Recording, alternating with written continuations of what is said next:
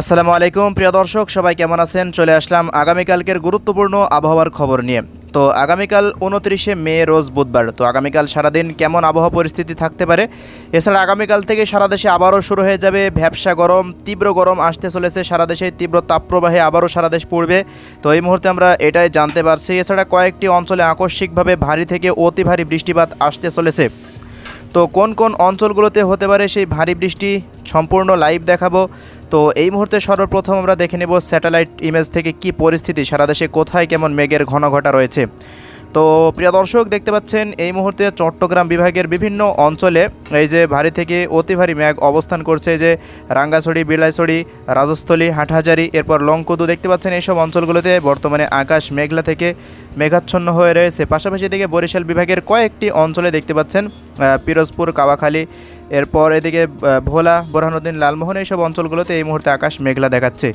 পাশাপাশি খুলনা বিভাগের বাগেরহাট, মোংলা, এরপর বাঁকাবাজার, তালা, সাতক্ষীরা, ডুমুরিয়া, দৌলতপুর এইসব অঞ্চলগুলোতে দেখতে পাচ্ছেন আকাশ মেঘলা রয়েছে। পাশাপাশি রাজশাহী বিভাগের কয়েকটি অঞ্চলে আকাশ মেঘলা দেখাচ্ছে, আংশিক মেঘলা।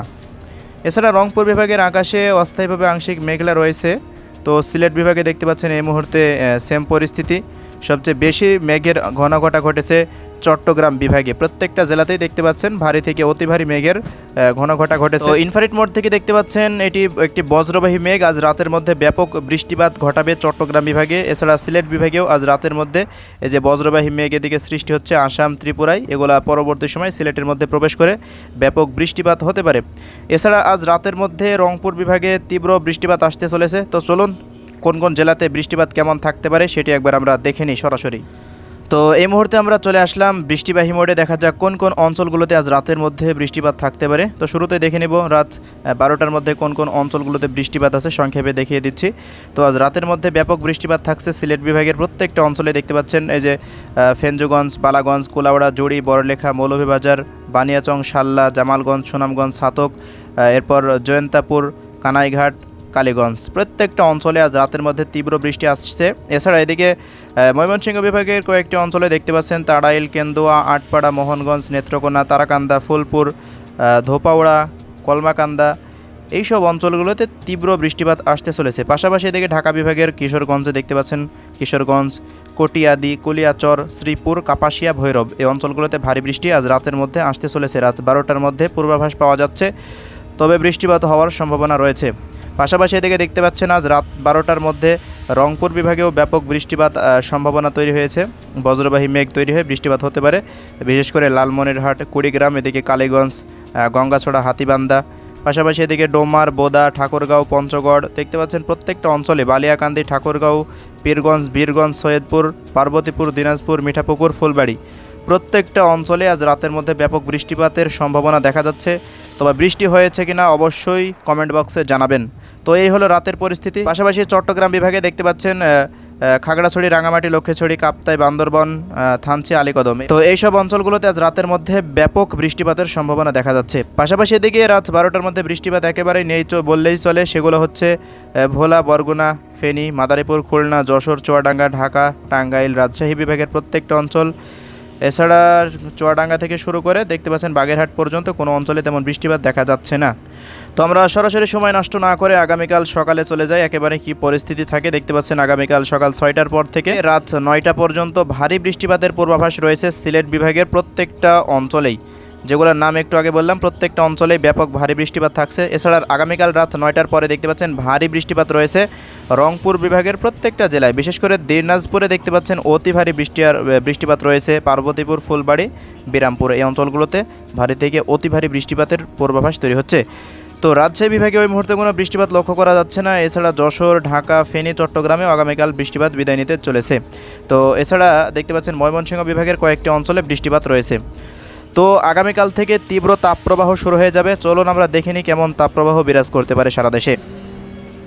তো আমরা এই মুহূর্তে তাপমাত্রাবাহী মোডে চলে আসলাম। একেবারে আগামীকাল চলে যাব বেলা 1টার পর। বেলা 2টার সময় দেখতে পাচ্ছেন তাপমাত্রা রাজশাহী বিভাগে সবচেয়ে বেশি থাকছে। ওই মুহূর্তে তাপমাত্রা প্রায় 37 ডিগ্রি সেলসিয়াসের আশেপাশে থাকছে। প্রত্যেকটা জেলায় দেখতে পাচ্ছেন রাজশাহীর প্রত্যেকটা জেলাতেই অতি তাপমাত্রা তীব্র হয়ে আসছে। এছাড়া রংপুর বিভাগে দেখতে পাচ্ছেন তাপমাত্রা একটু কম রয়েছে, 33 ডিগ্রি সেলসিয়াসের আশেপাশে রয়েছে। যেহেতু রংপুর বিভাগে বৃষ্টিপাত আসছে, এজন্য তাপমাত্রা একটু কম থাকবে। তো সিলেটে অতি ভারী বৃষ্টির সম্ভাবনা আগামীকাল, এজন্য সিলেটে দেখতে পাচ্ছেন তাপমাত্রা কম রয়েছে, 27 ডিগ্রি সেলসিয়াস থাকছে দিনের বেলায়। তো রাতের তাপমাত্রা আরও কম থাকার সম্ভাবনা। ঢাকাতে দেখছেন 35, ময়মনসিংহে তাপমাত্রা কম থাকছে 31, এছাড়া খুলনা বিভাগে 35, বরিশালে 33, এরপর চিটাগাঙ্গে দেখতে পাচ্ছেন 32। এই হলো তাপমাত্রার পরিস্থিতি। তো পরের দিন চলে যাব 30 তারিখে, দেখা যাক কেমন তাপমাত্রা বিরাজ করতে পারে। 30 তারিখে দেখতে পাচ্ছেন তাপমাত্রা তেমনই থাকছে। তাপমাত্রা বাড়বে মূলত 1 তারিখের পর থেকে, তাপমাত্রা আস্তে আস্তে আরও তীব্র হয়ে যাবে। তো তাপমাত্রা 37-35-এর আশেপাশে থাকলে অনুভূত হবে 40-42। জলীয় বাষ্পের কারণে আর্দ্রতাজনিত ভ্যাপসা গরম অনুভূত হবে। তো এই হলো পরিস্থিতি। তো আগামীকাল কোন কোন অঞ্চলগুলোতে মেঘলা আকাশ থাকতে পারে সেটি একবার আমরা দেখে নিব।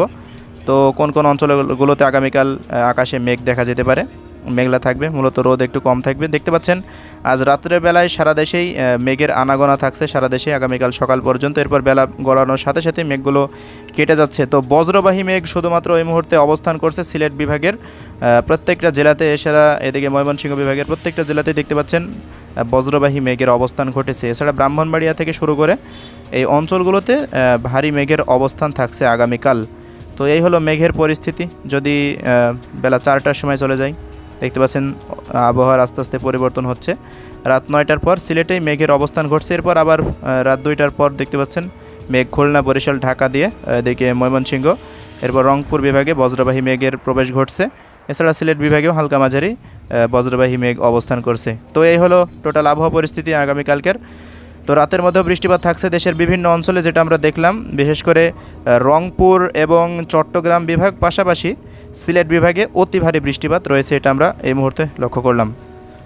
তো প্রিয় দর্শক, আরেকটি বিষয় আপনাদের জানিয়ে দিচ্ছি, সিলেটে অতি ভারী বৃষ্টির কারণে আগামী কয়েকদিনের মধ্যে আকস্মিকভাবে বন্যা পরিস্থিতি সৃষ্টি হতে পারে। তো আগামী কয়েকদিনে দেখতে পাচ্ছেন সিলেট বিভাগে অতি ভারী বৃষ্টি, প্রায় 500 মিলিমিটারের আশেপাশে বৃষ্টিপাত থাকতে পারে।